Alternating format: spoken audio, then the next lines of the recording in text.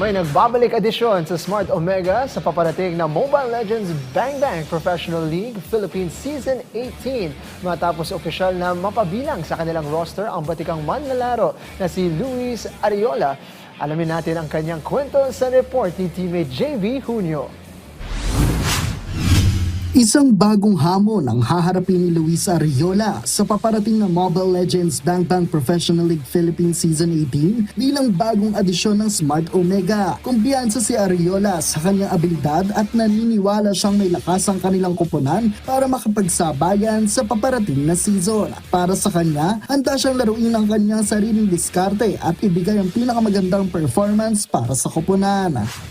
Sa sarili ko, confident po ako na kaya ko ipulot yung laruan ko. Sa team po namin is, team ko po mas malakas po kami.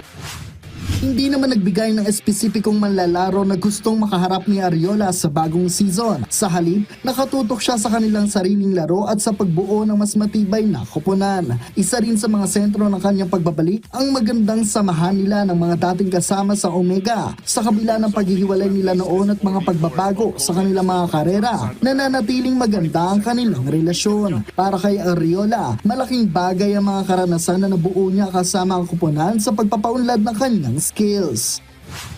Kahit kung hindi kami nakapasok ng playoffs, alam ko sa sarili ko na may laruan po talaga ako. Tsaka nagpalakas po sa akin kasi isa po, si Kulsura. Malakas din naman po yung mga kasama ko, kaya gusto din po. Yung pagkawala ko po doon, hindi naman po ano yun eh, parang wala pong sama ng loob. Good terms naman po. Ngayong muling nasa Omega, isang malinaw na pangako ang baon ni Ariola para sa kanyang bagong team. Handa siyang ibigay ang lahat at ayaw niyang biguin ang Smart Omega sa paparating na season. Hindi ko sila biguin na kinuha nila po.